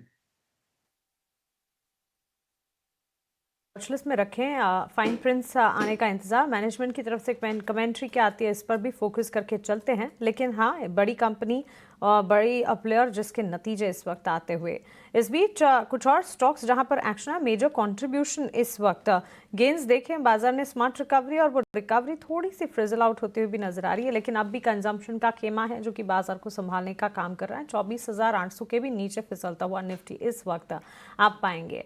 HUL ITC ये स्टॉक हैं कंजम्पशन FMCG पैक में जो कि इस वक्त मेजर कंट्रीब्यूशन दिखा रहे हैं। कोटक बैंक, JSW स्टील और पावर ग्रिड को भी इसी लिस्ट में आप एडअप कर सकते हैं। Reliance, Bharti Airtel, Infosys, L&T, HDFC bank से कह सकते हैं कि तेज़ी मिसिंग है। लगार्ड्स हैं ये इस वक्त मेजर कंट्रीब्यूशन वाले स्टॉक्स की अगर बात करें तो। हमारी पैनल पर लक्ष्मीकांत शुक्ला जी भी जुड़ गए हैं। लक्ष्मीकांत जी, गुड आफ्टरनून, स्वागत है आपका ET नाउ स्वदेश पर। 3:05 हो रहे हैं। कोई BTST STBT ट्रेड इस वक्त अगर आप देख रहे हैं स्टॉक वाइज तो वो पहले बताइएगा।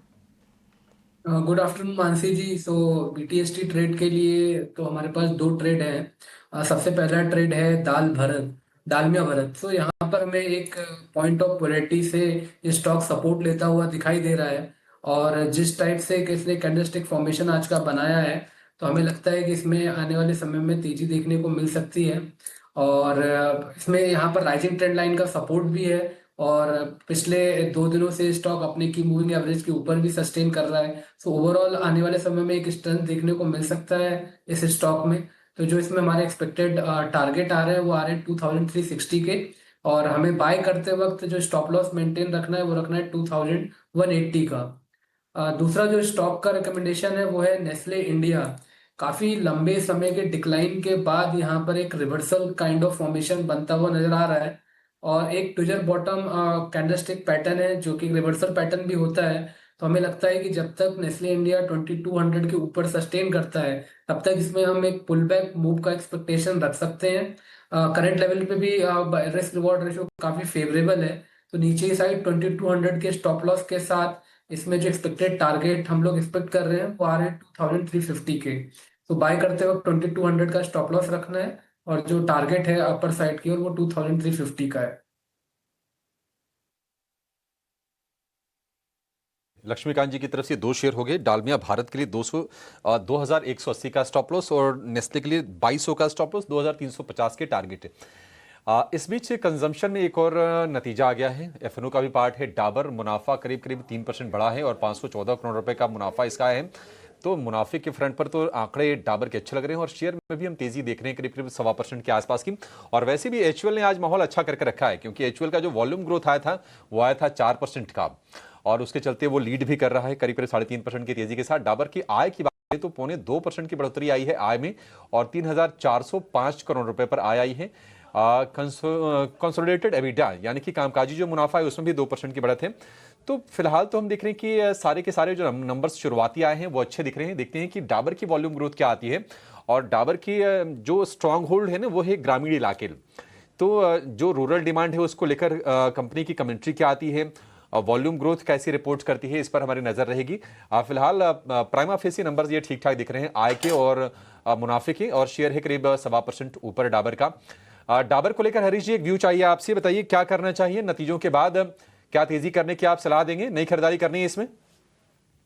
अभिषेक जी, डाबर का चार्ट स्ट्रक्चर देखिए क्लियरली, अगर देखा जाए तो होल्ड कर रहा है स्टॉक प्राइस, और 200 डे मूविंग एवरेज भी क्रॉस कर चुका है, उसके ऊपर सस्टेन कर रहा है। मुझे लग रहा है कि यहाँ से रैली फर्दर एक्सटेंड हो सकती है, और जिस तरीके से रेजिस्टेंस जोन की बात करते हैं, मुझे लग रहा है कि 550 के अराउंड है, वहां तक मुझे लग रहा है कि शॉर्ट टर्म में रैली देखने मिल सकता है। और नीचे का सपोर्ट्स की बात करते हैं, मुझे लग रहा है 505 के पास 200 day moving average strong support base है, तो जब तक इसके ऊपर टिका हुआ है मुझे लग रहा है कि रैली कंटिन्यू हो सकता है। अगर 550 का लेवल जो है एक रेजिस्टेंस बन के रहेगा, उसके ऊपर निकल जाता है तो मुझे लग रहा है कि एक शार्प रैली देखने मिल सकता है। तो फिलहाल के लिए मुझे लग रहा है कि बाइंग किसी के पास है तो होल्ड रखना चाहिए। एटलीस्ट 550 का टारगेट ऊपर की ओर मुझे दिख रहा है फिलहाल के लिए शॉर्ट टर्म में, और स्टॉप लॉस मेंटेन करना चाहिए 505 का। और किसी को फ्रेश बाइंग भी यहाँ पे करने की राय दूंगा, क्योंकि जिस तरीके से अभी एक कंसोलिडेशन से स्टॉप प्राइस जस्ट निकला है बाहर, मुझे लग रहा है कि यहाँ पे मोमेंटम बिल्टअप हो रहा है, और वॉल्यूम के साथ गेन्स ऊपर की ओर प्राइस अप्रिशिएशन देखने मिल रहा है। तो मुझे लग रहा है कि करंट लेवल्स पे बिल्कुल बाइंग कर सकते हैं, और सेम स्टॉप लॉस 505 का स्टॉप लॉस मेंटेन करना चाहिए। ऊपर का पहला टारगेट बनेगा 550 का।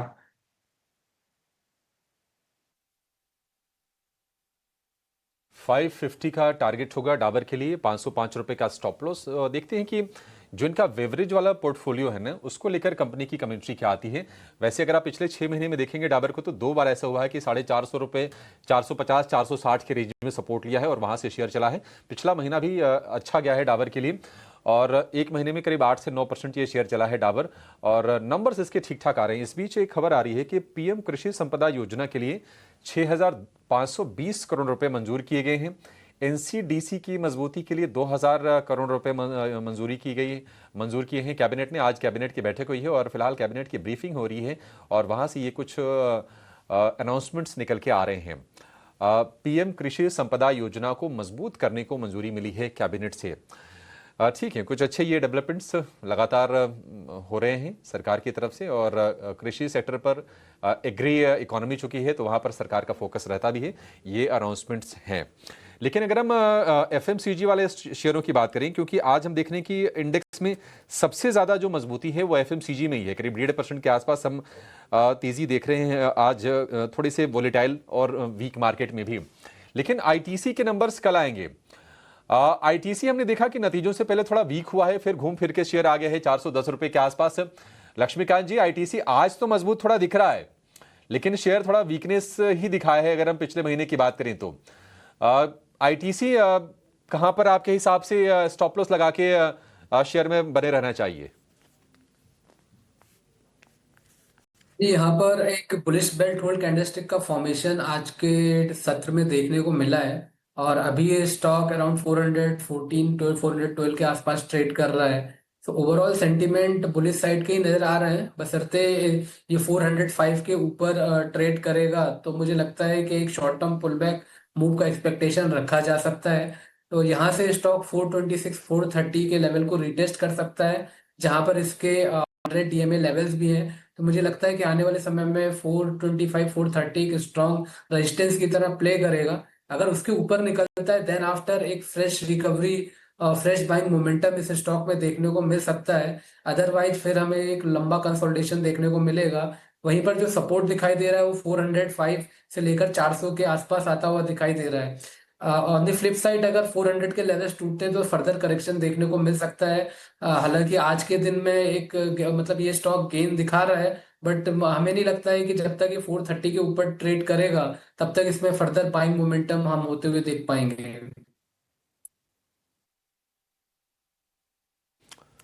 ठीक है, आईटीसी को लेकर ये व्यू 400 रुपए का लेवल टूटा तो फिर गिरावट इसमें बढ़ेगी, एक क्रूशियल सपोर्ट होगा आईटीसी के लिए। बाजार हम देख रहे हैं कि थोड़ी सी गिरावट दिखा रहा है इस वक्त। निफ्टी में करीब करीब 100 अंकों के आसपास की कमजोरी हो गई है और निफ्टी बैंक की बात करें तो जो गिरावट है 165 अंकों के आसपास की है। जुलाई की अगर हम बात करें तो काफ़ी टाइम के बाद जुलाई एक्सपायरी वीक हो रही है और इस महीने में करीब करीब 2-2.25%, 2.5% के आसपास की गिरावट हमने निफ्टी में देखी है। एक छोटे से ब्रेक का वक्त हो गया है। ब्रेक के बाद जब लौटेंगे तो अपने एक्सपर्ट्स के पास चलेंगे और उनसे समझेंगे कि बीटीएसटी या फिर एसटीबीटी अगर करना है तो आपके लिए बाजार में मौके कहां पर अच्छे हैं। फौरन हाजिर होंगे छोटे से ब्रेक के बाद।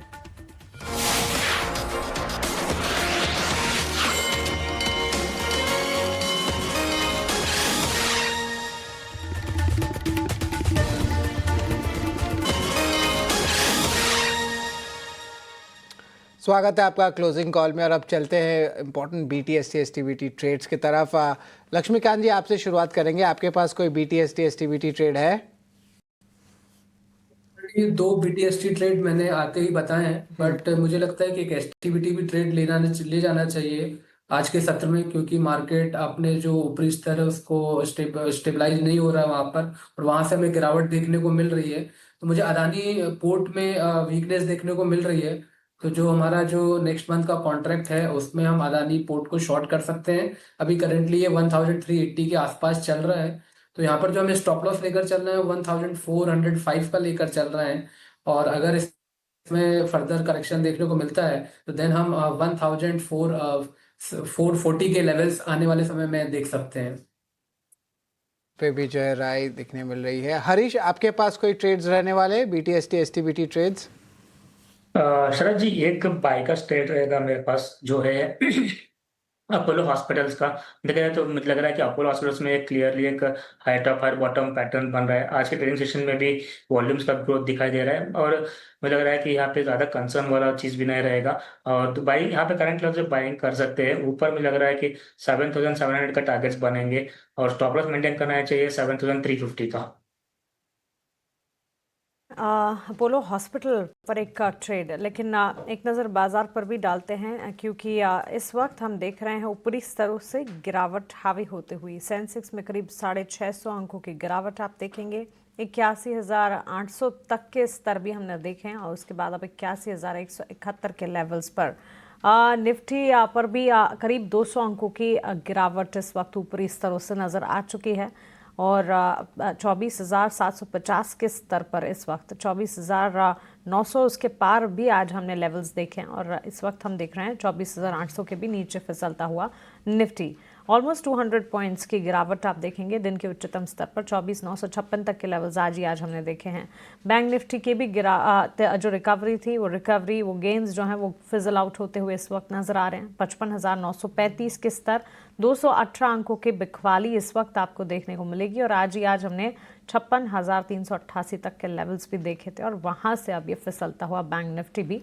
बेंचमार्क्स साथ ही ब्रॉडर मार्केट्स पर भी नज़र ज़रूर डालें। ब्रॉडर मार्केट्स में मिड कैप स्मॉल कैप के एक्शन पर भी एक फोकस होना चाहिए। मार्केट का टेक्सचर एडवांस डिक्लाइन रेशियोज भी साइड में एक बार चलाते रहेंगे और फेयर इंडिकेटर इंडिया विक्स पर भी नज़र होनी चाहिए। कहीं इंडिया विक्स की तरफ से स्पाइक अप तो नहीं है इस वक्त। इंडिया विक्स स्क्रीन पर लेकर आते हैं क्योंकि बेंचमार्क्स ब्रॉडर मार्केट्स में तो बिकवाली हावी होती हुई नज़र आ रही है। इंडिया विक्स में 3% का स्पाइक इस वक्त 11-12 के लेवल्स के आसपास। तो कंसर्न है वापस से मार्केट में जो कि गिरावट गहराती हुई नजर आई है। हरीश, एक टेक आपसे जियो फाइनेंस पर जानना चाहेंगे। अच्छी तेजी इस स्टॉक में हम देख रहे हैं।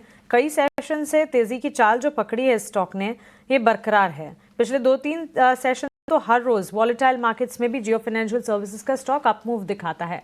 आज 330 के लेवल्स जो कि अहम स्तर कई एक्सपर्ट्स के मुताबिक हैं उन स्तरों को भी टच बेस किया इसने। यहां से टेक्निकली चार्ट्स कैसे नजर आते हैं आपको?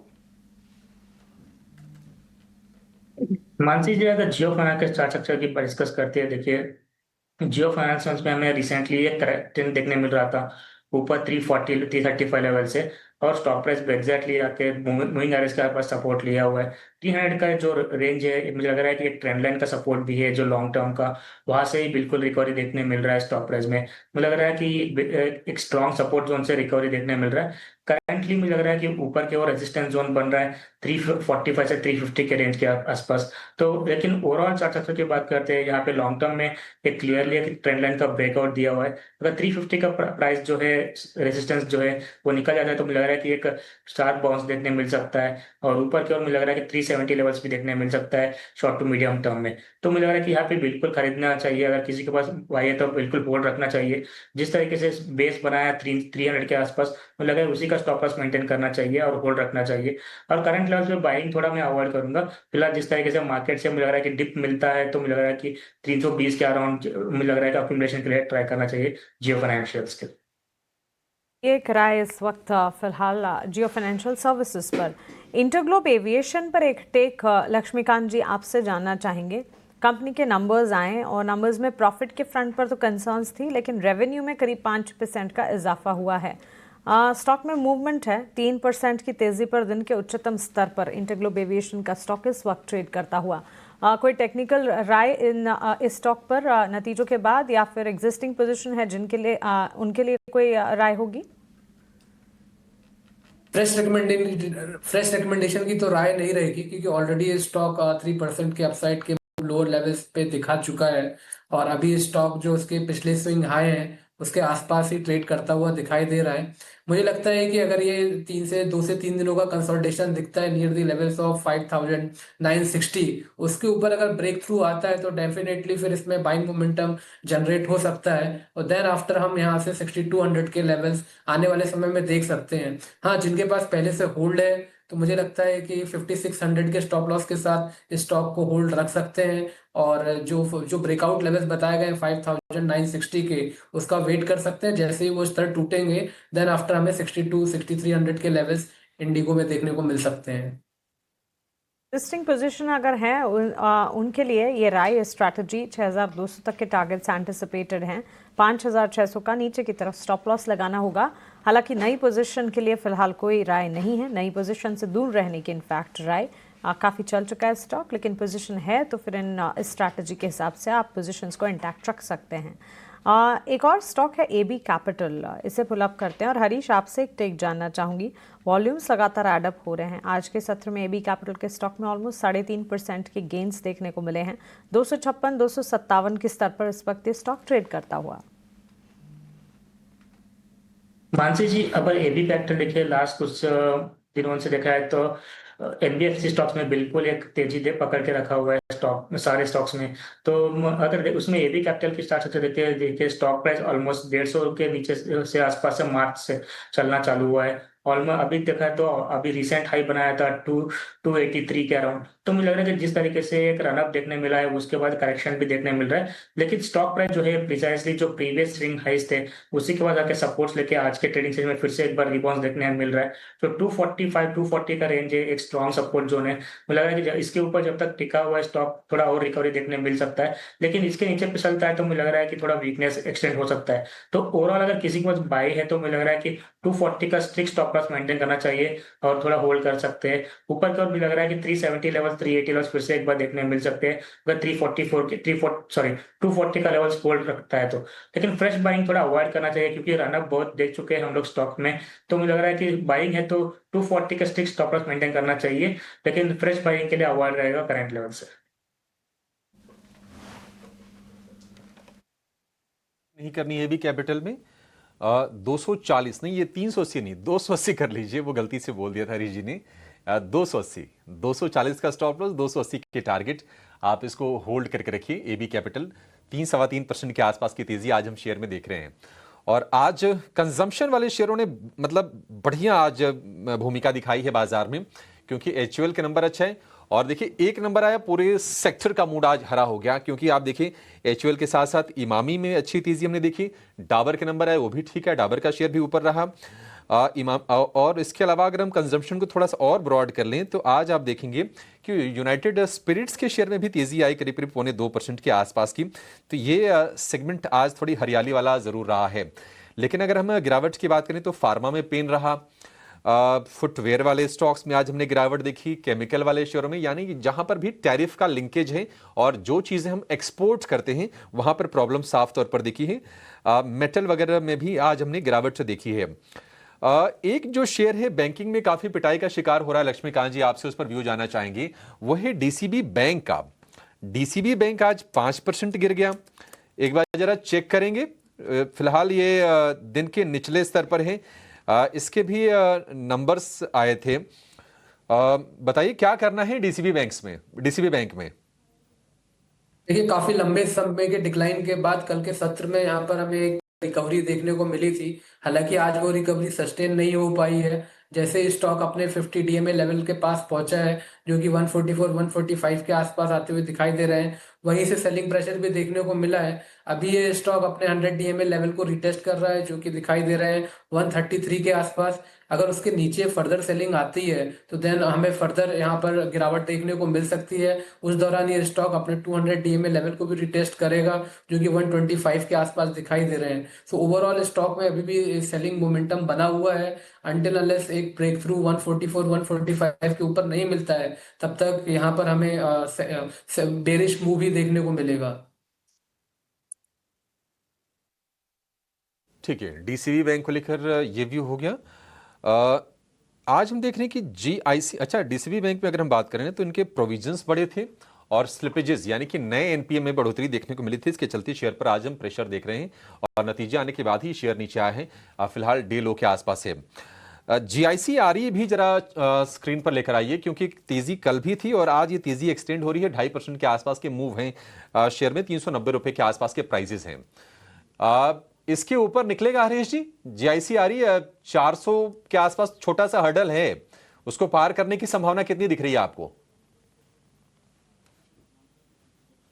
अभिषेक जी, अगर जीआईसी के आर की बात करते हैं, देखिए एक स्टॉक में देखा है तो क्लियरली एक हाई टॉप हाई बॉटम है, लेकिन वॉलेटिलिटी बिल्कुल बनी है स्टॉक में। देखा है तो बहुत बार कई बार 5-6% का मूवमेंट ऐसे ही आ जाता है। तो मुझे लग रहा है कि यहाँ पे बेस तो बन चुका है 350-360 के अराउंड, वहां से रिकवरी करने के लिए कोशिश कर रहा है स्टॉक प्राइस। और दूसरा चीज ये है कि सारे इंश्योरेंस कंपनी में अच्छा खासा रैली देखने मिल रहा है। अभी तक इस स्टॉक में अभी तक मुझे लग रहा है कि लगाड़ में है थोड़ा, लेकिन अभी करंट लेवल से देखा है तो बिल्कुल लास्ट 2 दिन से वॉल्यूम गेन्स देखने मिल रहा है स्टॉक प्राइस में। और मुझे लग रहा है सपोर्ट के आसपास है स्टॉक प्राइस, तो मुझे लग रहा है कि 360 के ऊपर जब होल्ड रखता है तो एक बाउंस देखने मिल सकता है। ऊपर 406 का एक रेजिस्टेंस जोन है, अगर ये निकल जाता है तो मुझे लग रहा है कि इसमें एक बाउंस देखने मिल सकता है, जो कि 440-450 के लेवल्स भी देखने मिल सकता है, क्योंकि जिसका वॉलेटिलिटी देखिए थोड़ा बहुत ज्यादा ही वॉलेटिलिटी मूवमेंट रहता है अगर देखा है तो। लेकिन 360 अभी बेस के हिसाब से बात करते हैं तो मुझे लग रहा है कि सपोर्ट के पास ही है स्टॉक। किसी के पास बाइंग है तो होल्ड रखना चाहिए, और फ्रेश बाइंग के लिए भी यहाँ पे कर सकते हैं, लेकिन थोड़ा स्ट्रिक्ट मेंटेन स्टॉप लॉस मैंने करना चाहिए 365 का क्लोजिंग बेसिस पे। अब यहाँ पे ऑफ कोर्स देखेंगे, इंपॉर्टेंट लेवल्स पे नज़र रखेंगे जीआईसी में। लेकिन आज अगर बात करें तो बहुत रोमांचक दिन था। शुरुआत कैप डाउन ओपनिंग से हुआ, जिस तरह डोनाल्ड ट्रंप ने अनाउंस किया था कि भारत पे 25% टैरिफ्स लग सकते हैं। लेकिन उसके बाद जो है during the day news flow आया कि ये जो है बात पूरी तरह फाइनल नहीं हुई है, बातचीत और भी हो सकती है। तो बाज़ार में गिरावट के बाद एक बड़ी रिकवरी देखने मिली। निफ्टी बैंक यहाँ पे रिकवरी आई मिड कैप स्मॉल कैप में। पर अब जो है last half an hour trade में देखें तो बाज़ार जो है यहाँ पे हमें गिरावट देखने मिल रही है। निफ्टी गेनर्स की भी बात करें तो HUL जो है टॉप गेनर है। FMCG पैक अच्छी मोमेंटम देखने मिली है। HUL पे एक बार फोकस करते हैं निफ्टी टॉप गेनर्स पे, जहाँ पे नतीजे शानदार देखने मिले हैं। और यहाँ पे देखें तो उसके अलावा जियो फाइनेंशियल सर्विसेज फंडरेज के न्यूज़ फ्लो पे जो है सस्टेन कर रहा है 325 लेवल्स के ऊपर। न्यू एज टेक में इटर्नल में भी अप मूव देखने मिला, और FMCG पैक से ITC जाके कल इनके नतीजे आने वाले, इस पे भी नज़र रहेगी। JSW स्टील के लिए पॉजिटिव न्यूज़ फ्लो है। सुप्रीम कोर्ट के भूषण स्टील के केस में पॉजिटिव हियरिंग है। वही अगर हम बात करें लूजर्स की जो निफ्टी की, तो यहाँ पे देखेंगे कि अदानी एंटरप्राइजेज अर्निंग्स इम्पैक्ट आया, स्टॉक 4% गिरा है। टाटा स्टील और फार्मा पैक में भी जो है गिरावट देखने मिली है। नेट अगर आज का दिन की बात करें तो यहाँ पे लार्जली FMCG एकमात्र सेक्टर है जो पूरा स्ट्रेंथ दिखाया और एक अच्छी अपमूव देखने मिली। लेकिन towards the latter part of the day, खास करके आखिरी 30 मिनट में हम देखें कि चौतरफा जो है सेलिंग देखने मिली। और आज ऑफ कोर्स एक्सपायरी का दिन भी है। यहाँ पे मेटल्स, फार्मा, केमिकल्स, जितने भी आप कहें जो इनके जो टैरिफ इम्पैक्ट वाले स्टॉक्स है या सेक्टर्स है, उनमें भारी सेलिंग देखने मिली। अर्निंग्स इम्पैक्ट भी हुआ। इमामी, डाबर और इवन HUL के नतीजे जो थे अच्छे या उससे बेहतर थे, तो इसलिए सारे FMCG पैक में हमें बाइंग देखने मिली। लेकिन इसके अलावा जो है जो सपोर्ट था बाज़ार में जो आ रहा था वो इसी सेगमेंट से आ रहा था।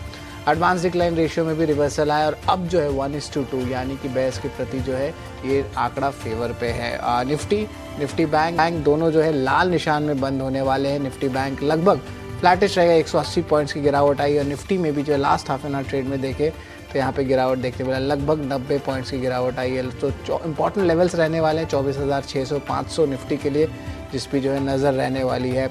लेकिन अभी के लिए बस इतना ही। धन्यवाद करूँगा मैं लक्ष्मीकांत जी का और हरीश जी का, जो इस बाज़ार में भी जो है अहम टेक्निकल पिक्स बताए और रणनीति क्या रहनी चाहिए इंडेक्स को लेके उस पर भी लाइट दिया। लेकिन चलिए अब बस इतना ही रखेंगे। मुझे और अभिषेक को जो है आज्ञा दे, बस। धन्यवाद।